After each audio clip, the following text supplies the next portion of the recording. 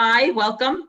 I'm Vicki Vollweiler from College Financial Prep, and I'm here with Eleanora Ferrante of Square Peg, Square Hole Coaching. And we're going to discuss college admissions and college finances for solo parents. So that's for everyone who's divorced, widowed, separated, and concerned about your high school kids and planning for college. So tonight we're going to talk about what you should be planning throughout the ages, 10th grade, 11th grade, 12th grade, and what you can do from here. And now I'll let Eleanora introduce herself. So hi, everyone. So as Vicki said, I'm the owner of Square Peg, Square Hole Coaching. My focus is college admissions and career coaching. So I work primarily with 15 to 25-year-olds. So if you're in high school, I help you get into college. If you're in college, I help you figure out your major. And if you are coming out of college, I help you figure out what your first career might be. If you are unsure, resumes, cover letters, the whole piece. Really, I'm all about helping you identify and leverage your strengths through whatever process you're working through. Okay, so let's talk about why this is such an important topic and how it differs for solo parents as compared with everybody else. You know, financial concerns, the big reason, we're solo parents. We're, yes, there may be another parent around, there may not be, but, finances are typically a huge concern when we're on our own doing the solo parenting thing. There are definitely differences in the process of being strategic in terms of selecting schools and finding more merit money, whether it's merit-based aid, whether it's need-based aid, but still you have to go through the process of applying and finding the right schools to apply to and getting in. So that's why both Eleanora and I are here together, because we both, complete the package of, filling all those needs. So tonight we're going to talk a little bit about the college timeline. Should we start there, Eleanor? I think that's a great place to start. Okay. And I just like to always start off by saying, I have two kids of my own. One is still in college and one is out. And we went both routes in terms of how much money we spent. We spent more than we should have, and we are coming in at a really nice price on the second side. So got smarter the second time around, because there are a lot of great options that Vicki knows about and that we know about that just make it easier for parents to make it so that your kid has a great education at a very reasonable price, because nobody wants to come out with a ton of debt, right? So even my parents that I work with that have a lot of money, they still don't want a lot of debt, right? So I think you need to start thinking as soon as possible about where those spaces are, but even if you have a senior, you still have time. Right? So a lot of it has to do sophomore year, junior year, planning the class schedule. What the colleges are looking for is a very rigorous academic program, but that means rigorous for your child. Right. So I have some kids who only take AP classes, and I have other kids who are in Regents classes. But it really depends on your child. So you have to be in the space that's right for them, because you want them to have good grades as well. And you want them to be able to engage in other things while in school. Right. So sophomore year is a great time to be trying out new clubs, looking for new interests. And it's easy when you start talking to your kids and ask them, well, what are the things that you find fun? Where do you like to spend your time?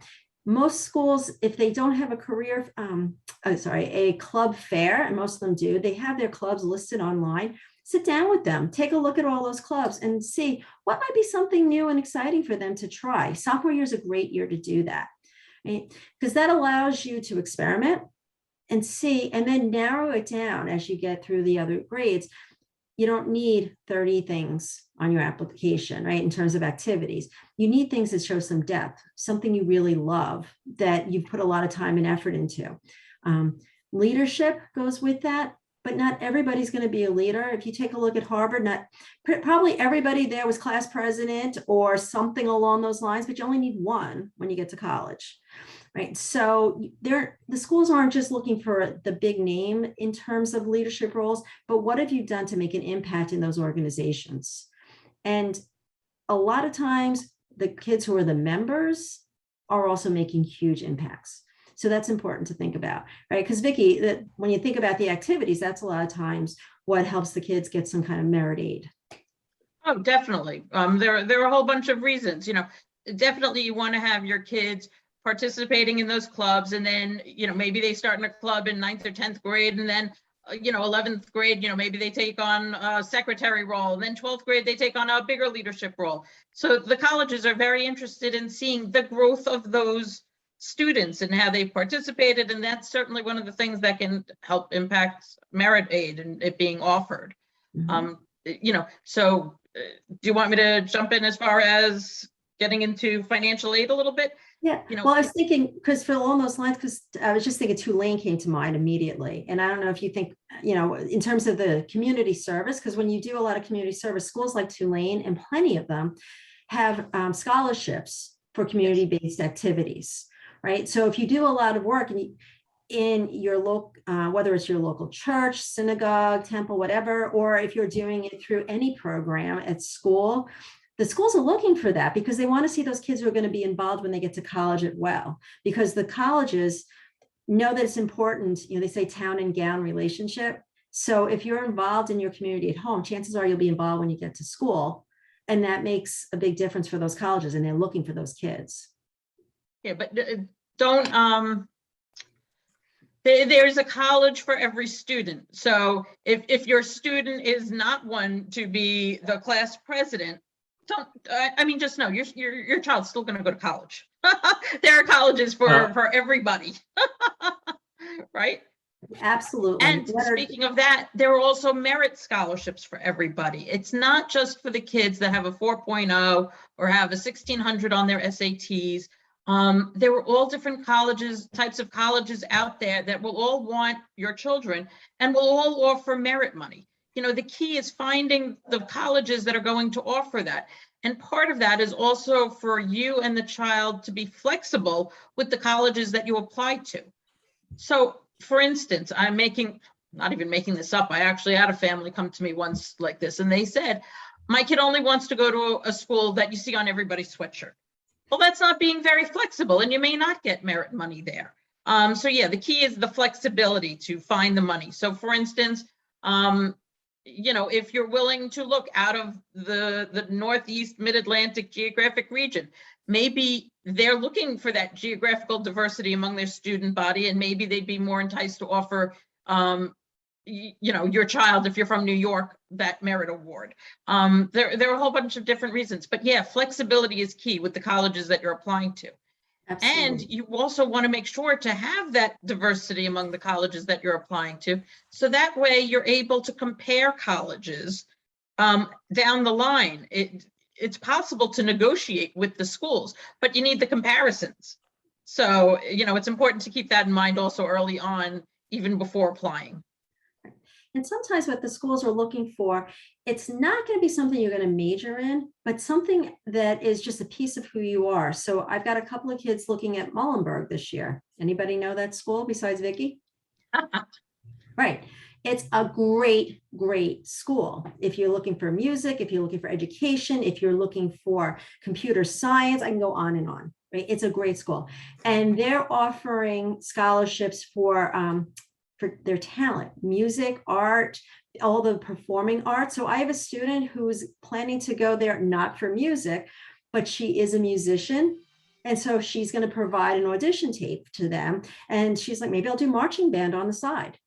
And they're very excited about her, right? Because they're like, she brings something in addition to the science that she loves to our school. And that's what they're looking for, right? Because they want to round out their class, right? So there's lots of pieces, in terms of finding those schools that Vicki's right. Maybe other people might not recognize the name, but I always tell my kids, don't you want to be the leader in this one? How great would it be for on May 1st, you're wearing a t-shirt and everybody's like, where's that school? And then you take them with you, as opposed to you having to follow the crowd. The other benefit to finding those schools is, in my opinion, the honor programs. So, kind of alluding to what Eleanora was just saying, finding the schools that maybe not everyone has heard of, and then becoming, being one of their top applicants and being in their honors program. Now you're the big fish in the smaller pond. And that comes with many, many benefits. Typically, in addition to merit scholarship money, the honor programs come with usually priority registration, priority housing, the dorms usually have a specific honors program. Also, there's added networking possibilities and, more interaction with the faculty and staff. So lots of reasons to consider the honors programs that are available at all different tier colleges. It's not just big name, top tier schools. Right. And a lot of times those honors programs work with your child to really help them grow and develop. So they will do special sessions just for their honors program where they'll teach you how to interact, how to prepare for an interview, how to network, how to present yourself. Right. So you get all sorts of opportunities that really enable you to become more engaged in that school. Because truly the idea is when you get out of college that you're prepared. Right. So whether you're going to grad school, you're going into the Peace Corps, you're looking for a job, whatever that next step might be, college is meant to help prepare you for that. And an honors program does a phenomenal job at pretty much every school I've ever seen that has one, really does a phenomenal job preparing those students well for the next step.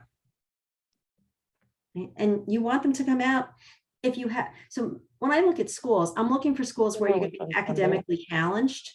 Right? So that when you're ready for the next step, I think somebody needs, so that you're really engaged in that school and fully prepared to get out. Because if you're going to grad school, that's more money that you're spending, right? And so what do you want? You want to do really well in college. So you want to have that 4.0, you want to have the activities, you want to have those research opportunities. Those are the types of things that make a difference when you go into grad school. And those are the types of things that when you're in high school, so being able to take the courses that will give you a good feel for what you're interested in high school, exploring a bit, to back to when Vicki was saying before, like, what are we looking for in high school? It's the rigor, it's the grades, and it's your experiences. So what have you really delved into that give you a chance to be somebody new and exciting to those colleges, right? Because that's what helps get the money, right? Make sure, and you don't have to have a high GPA, and you don't have to have high test scores anymore, right? Which is kind of a nice piece to this. Vicki and I were talking about this before everybody got on in terms of test optional this year, right? And so, everybody knows in the last couple of years, colleges have moved away from looking at test scores because so many of the kids weren't able to take the test, or they're just not doing great on them for a variety of reasons. And so what's nice is it used to be your grades and your GP and your test scores were a lot of times what they were looking at for merit aid and deciding how much to give you in terms of scholarship money. And now they're looking at things like your essay and your recommendation. But wait, the test scores are still important. We know that it's optional, but for merit scholarship money, it's still important to encourage the kids to take the tests. Exactly. So I was going to say that's a whole, right. So Vicki's right. Right. So I still have students that I always tell them, if you can take it and do well, especially if you live in an area where people are taking the test, then you should, because it's one more data point. Right. So, and it's every data point that points in your favor helps. So I know that we have parents of, children of all ages here. Just something to think about for everyone. I was just talking with a dad about this recently. It's important to think about early on how much you can afford to spend for college for your kids. I don't want you to think just about freshman year and, what's in a 529 or a savings account just for freshman year. It's important to think about long-term, the full 4 years of paying for it. And then what if your children want to go to grad school even, beyond that? So the reason that I'm bringing this up is because a lot of parents assume that, well, you know what, my kid wants to go to an expensive school, that's on them, they'll take out the loans. And unfortunately, it doesn't work that way. And many people think it does. You should be aware, freshman year, the kids can only take out $5,500 in student loans through the government per year. Sophomore year, they can take out $6,500 in student loans. And then junior and senior year, they can take out up to $7,500 in student loans. It's not a lot of money. They can get more loans through private loans, but they still need a cosigner. So that would still most likely be you, the parents. I hate the thought of the kids having so much debt and what that could do to them. They're potentially putting off, can they get a decent car? Can they get a decent place to live? Are they going to have to put off, getting married and starting a family? And then for the parents, for us, you put yourselves in debt for, our kids' college educations. What is that going to do to your retirement? Are you going to be able to retire? Are you going to have to keep working longer? What is the impact? So, one of the takeaways I hope you get from tonight is just to start thinking about what can you do? How can you find the best college at the best price? Or maybe we should change that around. What's the best price, and will that meet the needs depending on what our kids' needs are and their goals are? For instance, if a student wants to be a teacher, can they accomplish the same exact thing at a less expensive school that they can at a private school? It's likely that both students will come out, they could end up teaching in the same district, taking the same state licensing exam, making the same amount per year, but one may have all the student debt where the other one may not. So, I also want you to think about long-term, our children's goals and what can be accomplished. And is it even worth taking on the debt? And I think is there going to be that return on investment? Now, if there's a student that say wants to be like a medical researcher, maybe there is a specific college where there's specific employers that come and, that child will only have, a certain career path with, a certain income level, perhaps in that instance, it is worth taking on the debt because the reward will be worth it. But yeah, it's important to examine those things. And I know our kids are young right now, but we need to think long-term and not just how are we going to afford freshman year. And I think the piece you also have to keep in mind is sometimes the name brand that comes with that big price tag isn't going to get you where you think it will. Right. So I worked with a student a couple of years ago. She wanted vet school, right? And it's hard to get into vet school. There's not a lot of them in the United States. And she went to an Ivy League for her undergrad, spent a lot of money on that. But her GPA was great, but it wasn't as good as it might have been if she had been to a different school. So she had a tough time then as she went to apply. So she spent all this money on an undergrad, and it didn't morph into what she had hoped for in college. On the flip side, I also worked with a kid who went to the College of New Jersey, right? Great school. I think it's undervalued by a lot of people. She had a great education there, organic chemistry. She did phenomenal there, and then did not pay much because she lived in New Jersey. So she had a great price tag on that. And all her friends like, College of New Jersey, why would you go? Well, 4 years later, she had gotten accepted into every Ivy and Stanford, and she finished her postdoc at Harvard in organic chemistry. Didn't cost her anything really to go to undergrad. And it got her exactly where she wanted because she had the opportunities for research because she was at the top of her class. And she had the opportunity to really get to know her professor. So she had great recommendation letters. So I think a lot of times we undervalue some schools, but to Vicki's point, when you want to think long-term, what is it that's the goal for our kids? And how can we get them there? And sometimes it's not the name of the school that's the most important. Right, definitely. I mean, I even told this to my own son when he was getting ready to go to college. I'd rather he spend less money on undergrad and save it for grad school. The name for grad school will weigh more heavily than the name for undergrad.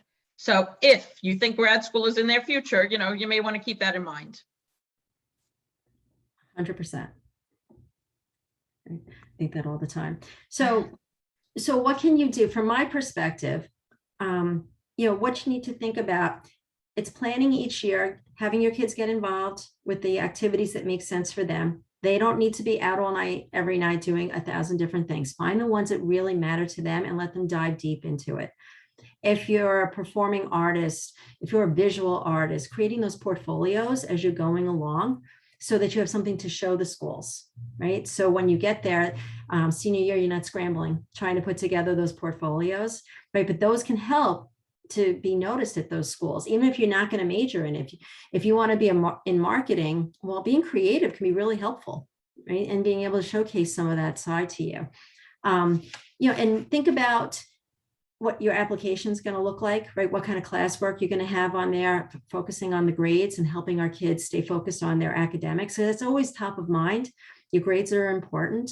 You don't need, to Vicki's point, you don't need hundreds on in every grade. I have plenty of kids who their grades are lower than that and they go off to great schools, but you want them to do as well as they possibly can, right? Because that's important for it.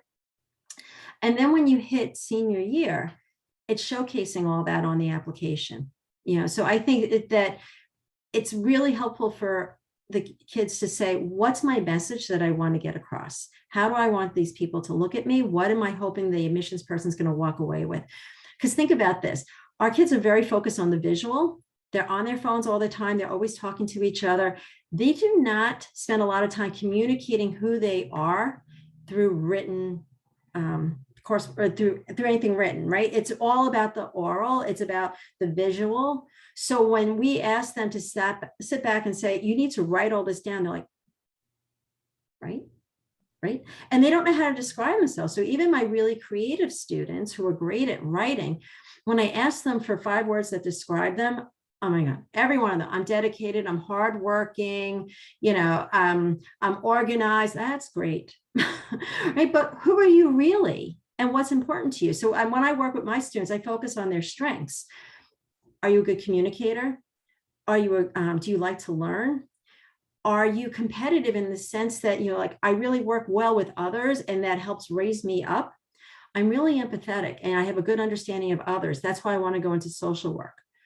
I'm good at understanding who people are. It's going to make me a great teacher, right? So being able to identify who they are and talk about it in their application, because that's their marketing tool, is important, because then that makes Vicki's job easier when she's trying to help you with finding the money, because the kids are really talking about who they are, and that makes the schools want them, because that's what we want. We want the schools to want your kids, because that's where the money comes from. So let me talk a bit about the money, and I guess this will be, this is one of the reasons it's specific to parents, solo parents, in our situation. I'm a divorced mom. I totally get this. So it's important to be strategic, way before your kids pick a school. You want to find schools, that are likely to award merit money. You want to find schools that may use one financial aid application, over another. You may want to find schools that, trying to think how to explain this. You may want to find schools that either do look closely at your retirement accounts, that don't look at your retirement accounts, that do consider the other parent, that don't consider the other parent. There are many different ways to slice and dice it based on the particulars of your situation. One of the things that I do in working with clients is plan that strategy and figure out, ways to go, and then maybe in certain instances, it is possible that, one parent should be the parent that fills out forms versus another parent. So yeah, there's a lot of strategy involved, and I want you to think about that, as you're looking at different schools. And then during the application process, so picking the schools is key. That's the starting point to saving money, actually. And then in 12th grade, and we're in the midst of it right now, it's financial aid season. That's when you're filling out all those, either parents can fill it out, I can help fill it out, whatever you need. This is the time of year that it gets done. So yeah, we're considering all those different variables and trying to make sure that on paper, everything is correct to maximize the amount of money that you're able to receive, whether it's need-based money, whether it's merit-based money, and it's important to fill out those financial aid forms every single year. So sometimes a kid can be awarded merit scholarship money because of the financial aid application, which sounds very counterintuitive, but it's almost like the schools want to see that you're hoping to get some free money, so they won't award the merit money until they see your financial aid application in hand. But those scholarships, it could be good for 4 years, but if you don't fill out the FAFSA form, then the second year, they're not going to give you the merit scholarship. So it's important to fill out those forms every single year. There's a term that's called EFC, and that's your expected family contribution. Early on, even before filling out the financial aid applications, I'll work with clients, we'll generate your projected EFC, and then possibly use that to figure out what specific colleges are likely to cost your family. I'll give you a for instance. I mean, this didn't really happen, but I'll give you a for instance. So this is true. My neighbor next door, a married family, they have a daughter that's the same age as my son. There was definitely some overlap in schools that they applied to. So each student had their own strengths and weaknesses. They're 2-income household. I'm a 1-income household. Finances, I don't know what their finances are, but it may look very different. So even though both children were applying to the same school, our financial award letters may have looked very different from one another.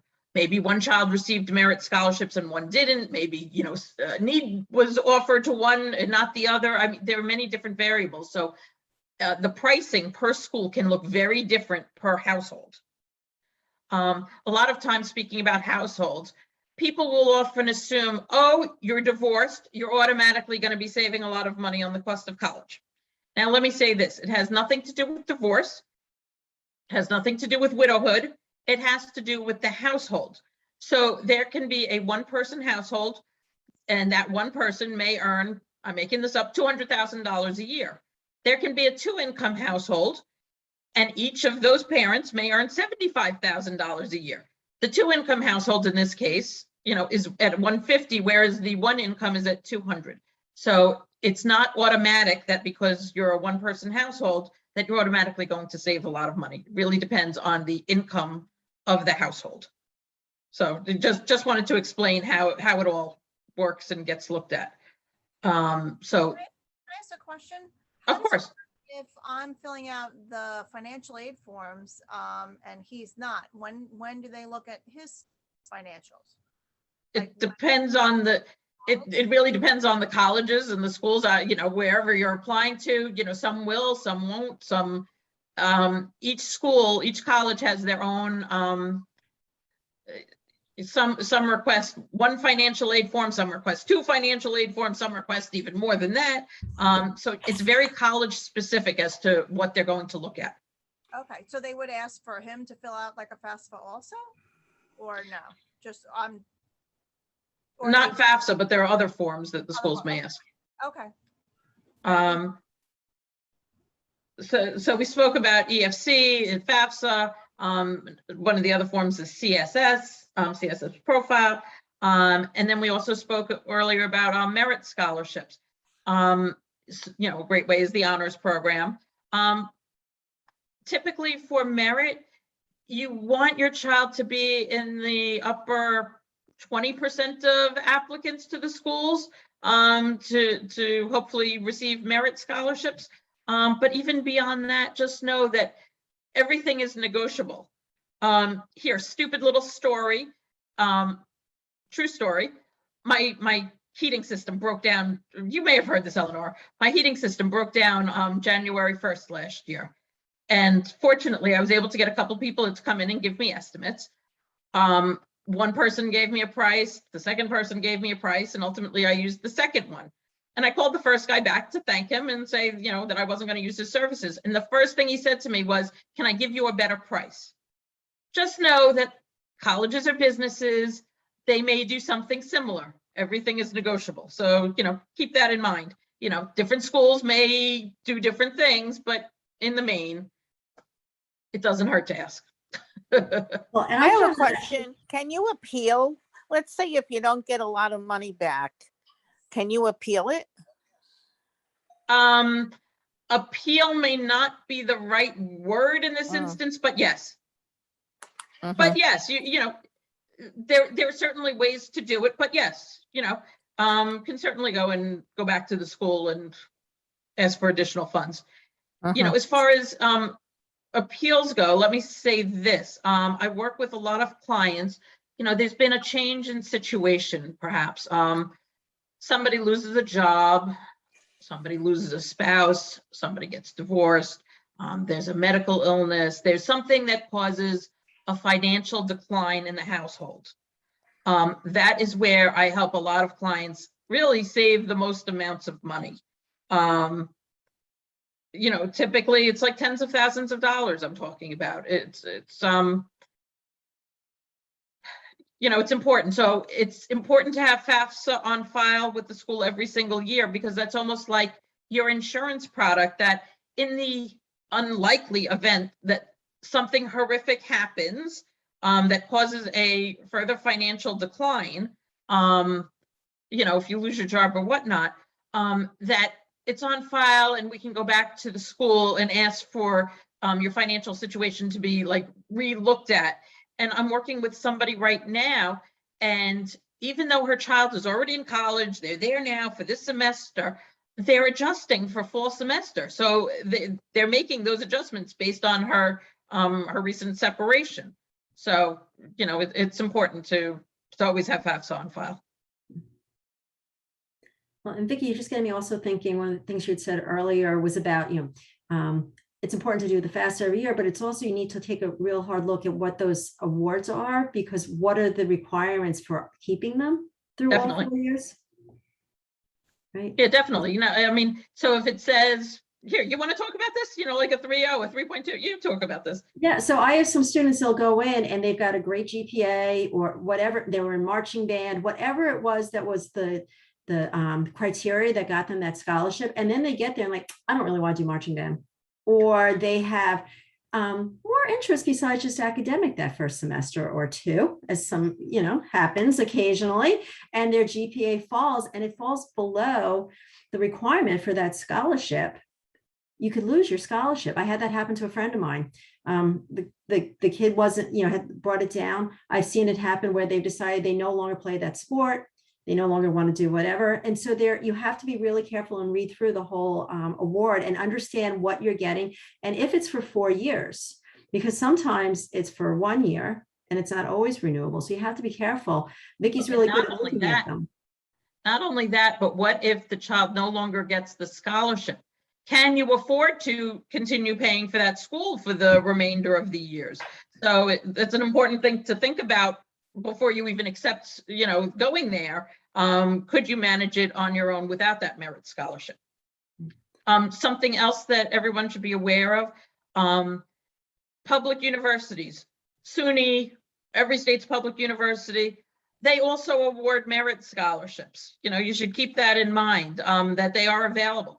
They're not going to be $20,000, $30,000, $40,000 a year like maybe a private school could be, because they don't cost that much to begin with. You know, so they may be more in the $2,500 or $3,000 range. But you know, whatever it is.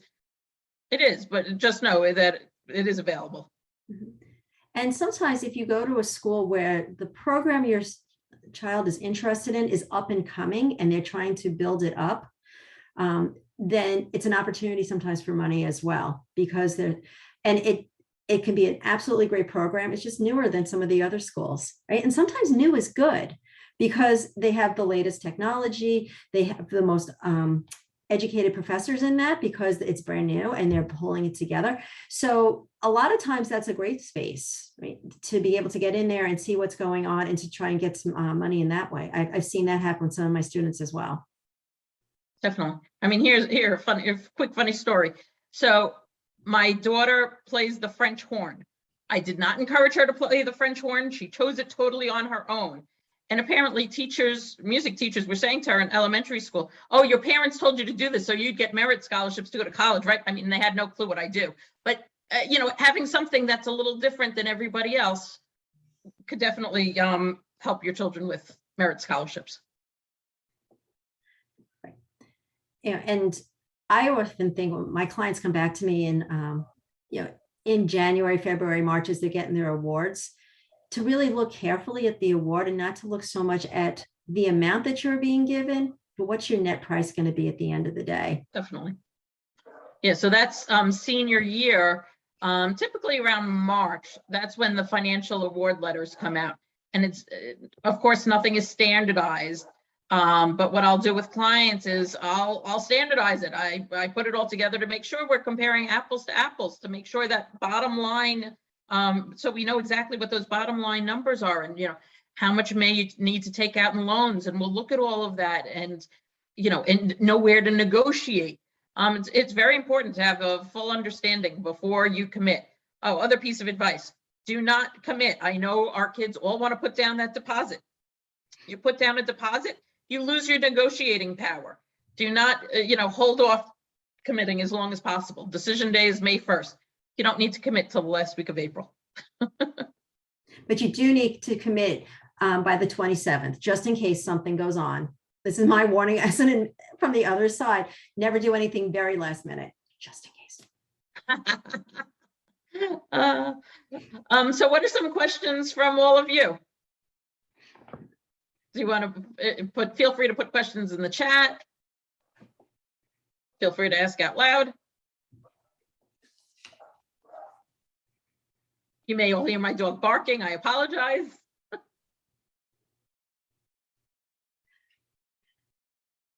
No questions? Maggie apparently is asking.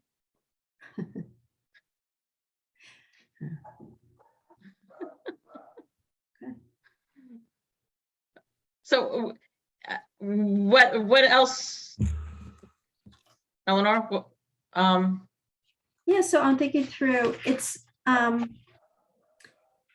the end of the day, you want your child to be at a school where they're going to be engaged academically, socially, financially, the right fit, right? So you need to look at all those pieces for your student, because you want them to be happy there. You want them to get really involved and to take as much as possible out of the experience, right? And it differs for everybody what that means.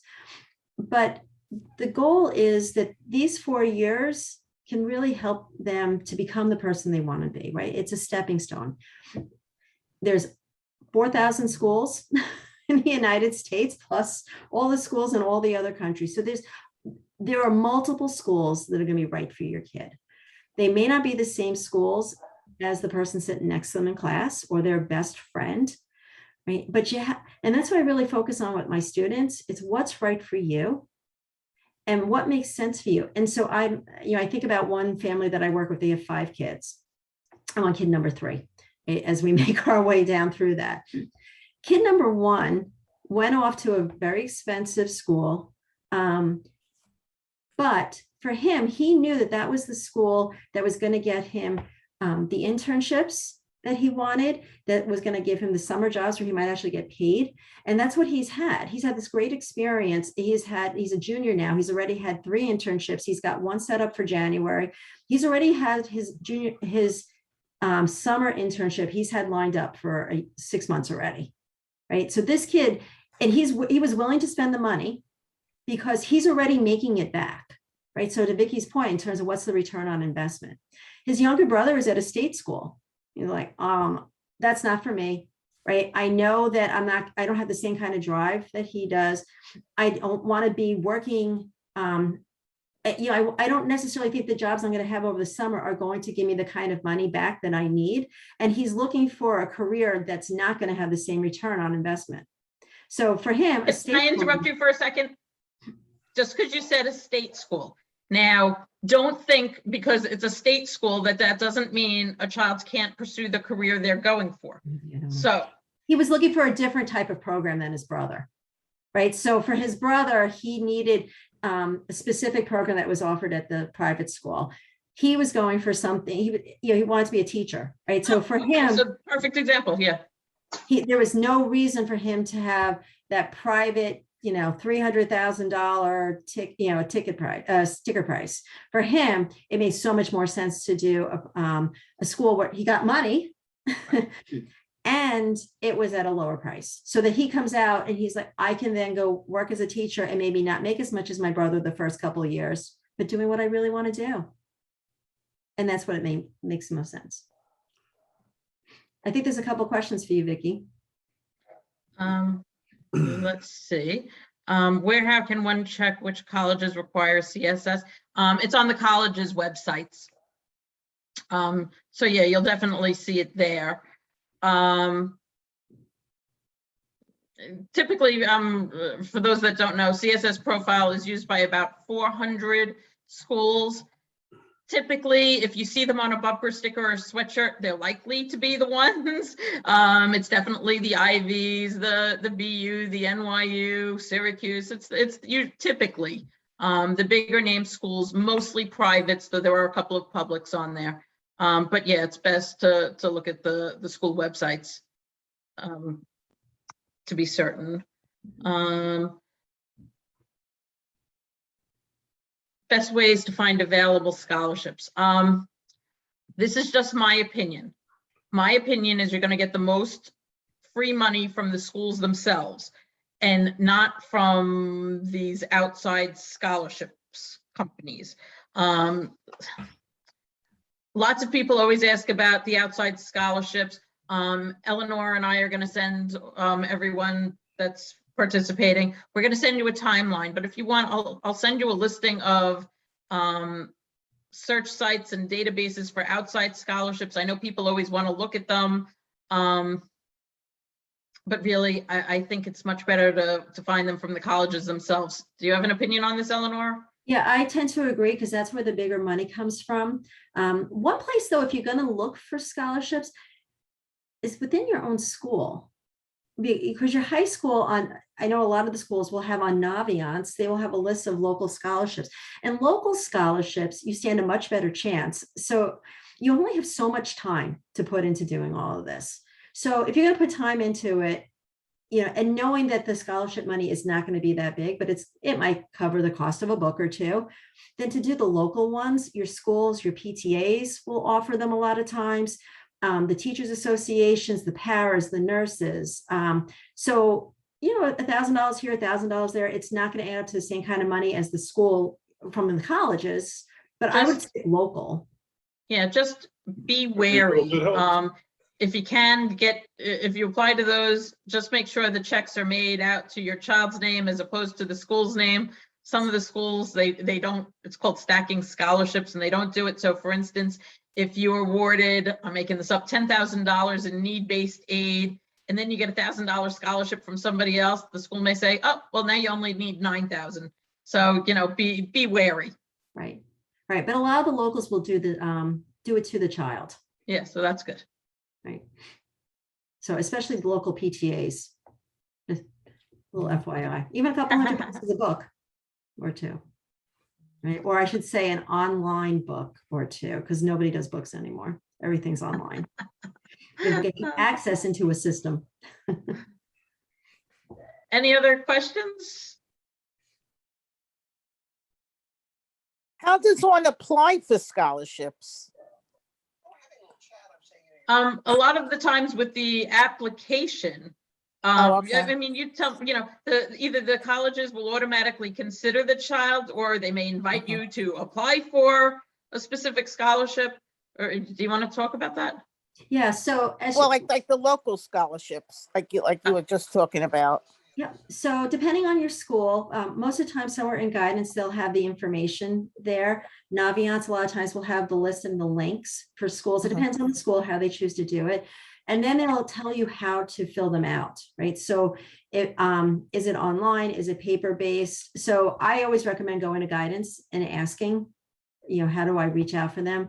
I know, from our high school, I'm local on Long Island, right? And so our high school, some of the paperwork is just sitting in guidance. The kids just go in and they can fill everything out and hand it in, which is really nice for those kids who's,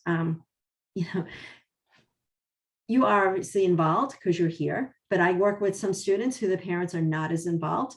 And so, guidance does a pretty good job in most schools providing those. The other thing to keep in mind on the Common App, so most of your kids, when they apply to college, they're going to use the Common App for most of their applications. There are some schools that will use their own application. SUNY has their own application, but I get this all the time. I have kids who think that they're not going to qualify for need-based aid. And so on some of the schools' applications, they'll say, would you like to apply for need-based aid? And I have kids all the time checking no. I'm like, no. You want to say yes.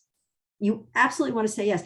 So I highly recommend that before your kids hit submit on any of their applications, you print it out and you review it with them, because don't let them hit no by mistake. Seen it happen. And I always catch it for them. Eleanor, there's a question here. How do you help your child figure out what fields he may want to pursue? How do you explore this topic with the kids? Mm-hmm. So I do work with all my students up front. I do several assessments that help them get a better understanding of who they are, what their interests are, what their aptitudes are, right? So, and then we look at some careers that might make sense for them. There's some things you can do for free out there. There's, if you Google career assessments, you can find things along those lines. But what I like to do with them is, once we understand what are some careers, I pull that back and say, what are the majors that could get you there? So if you want to be a physical therapist, well, the majors run anything in health sciences, really, right? Or biology, kinesiology, exercise science. There's a lot of ways to get to those. So I help the kids see what type of careers look interesting to them. And then we back that into what majors can fit. And a lot of times, if you are, I don't pigeonhole, because look, I changed my major my freshman year. My husband changed his major, my son, and like everybody, there's a small percentage of kids that know what they want and stick with it all 4 years. Right. And I think a lot of us think that the kids they need that. There are so many schools that do a great job with exploratory programs that let you figure it out and still get out of school in 4 years. Right. So, and the list runs the gamut from like NC State, BU have great programs. Dickinson has a phenomenal program. It's a small school in Pennsylvania. Right. So there are a lot of schools that are very focused on helping their kids figure out what they want. So don't feel like they have to know. It's okay to go in undeclared.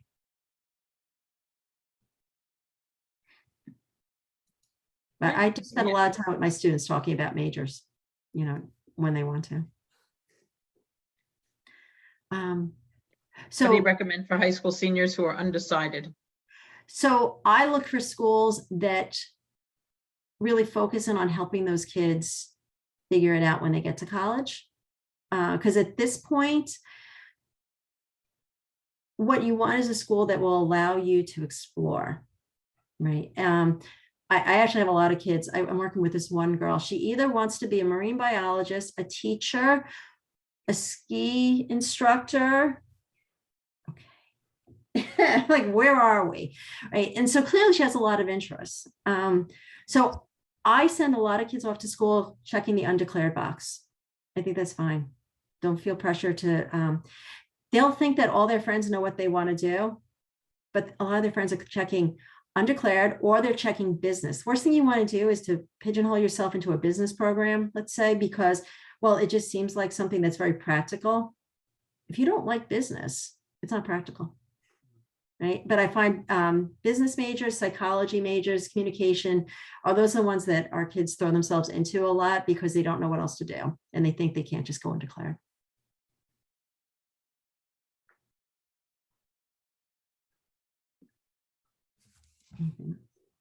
Okay. Well, it's 8 o'clock. Are there any other last minute questions? No. If not, Eleanor and I will say goodnight for now, but we'll definitely send you the college timeline so you have it. So that way you can see everything on the admission side, the financial side that needs to be done through the high school years.